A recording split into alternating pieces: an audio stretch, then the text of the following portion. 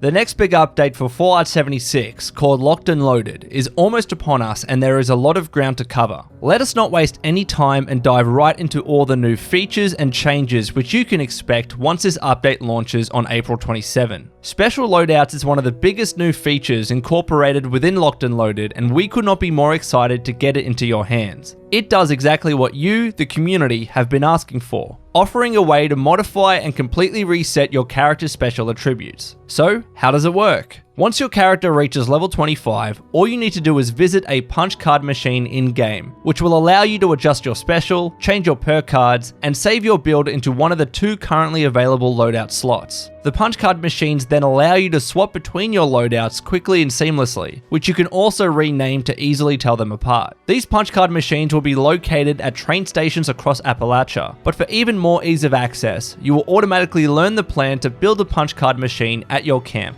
Consequently, this means you can use punch card machines built at other players' camps as well. Speaking of camps, the next major feature to cover is camp slots. Yes, this is going to allow you to build, keep, and swap between multiple camps at once. Assuming you already have a camp built, when you open the map and expand the new camp slots menu in the upper left corner, you will be able to activate a second camp slot, allowing you to safely place down a new camp without destroying your first one. At this point, each of the 2 camps you have constructed are saved in their own slot and can be managed via the camp slots menu. This new menu contains options to rename your camp, turn your public map icon on or off, thereby making it either visible or invisible to other players respectively, and even change the icon of your camp. These options are also available to you when you select your active camp directly from the map. Remember that you can only have one camp active at a time, meaning that others are stored but still ready to be activated at your will by selecting your stored camp and then activate camp. By doing this, your inactive camp will be removed from the world and your newly activated camp will load in its place. Next up, we need to mention that Locked and Loaded is introducing changes to how vending machines and displays work in the game. Vending machines will now have the same shared inventory across all of your camps, meaning that you do not need to reassign the items you are selling every time you build a new camp or swap between a camp. Additionally, because vending machine item slots have become merged into a single pool, you can now sell the maximum number of items with just a single vending machine instead of multiple. Display cases, on the other hand, will not operate in the same way, such that you can still display different items at each of your camps. We have heard your feedback on shelters loud and clear too, and with the next update, both vending machines and display cases will be placeable inside of shelters. And one final point on vending machines. While powering on a vending machine will allow it to sell items to other players,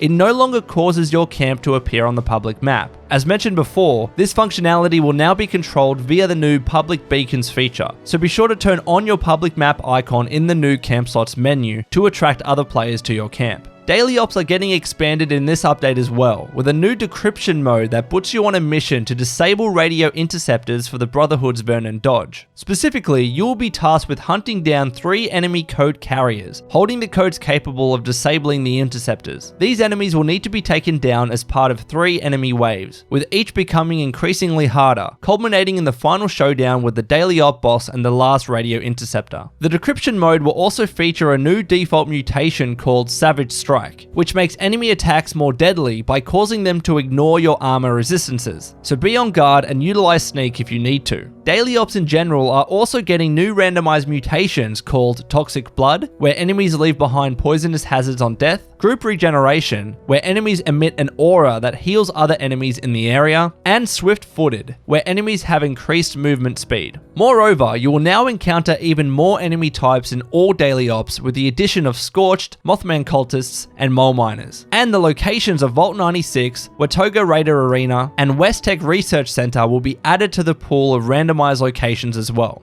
Finally, all of your efforts in daily ops will be rewarded with a range of new rewards, including the Covert Scout Armor, new plans for camp objects, and both the Unstoppable Monster and Medical Malpractice Legendary Weapon plans. We have also moved several of the pre-existing rare rewards from daily ops into the uncommon drop list, to make it a bit easier for you to score the new rewards. And if all of that was not enough, Locked and Loaded is bringing even more new content and changes to Fallout 76. Crafting sliders have been introduced into the game, which will allow you to craft items in bulk by using a slider to select how much of each item you would like to make. The World Activity menu has been updated to display nearby player vendors, public events, and active nuke zones, making them easier to find. Aiming with a controller is getting a boost too, with the new aim assist option helping your crosshairs snap to enemies and stay on target when aiming down a sight. Melee hit detection has also been improved, ensuring that the swings of your melee and unarmed weapons are registering more accurately. The hunt for the treasure hunter events will also feature new rewards, giving you more reasons to track down those mole miners when they appear in Appalachia. And finally, this update marks the beginning of Season 4, Armor Ace and the Power Patrol in Cold Steel, which brings a bunch of new rewards for you to work towards, including new items, skins, and even camp objects like mannequins, allowing you to display your cool outfits in the game. So, that finally marks the end of the video. I told you there was a lot to cover. We hope that you are excited for Locked and Loaded. Please let us know your thoughts in the comments below, and as always, ad Victoriam.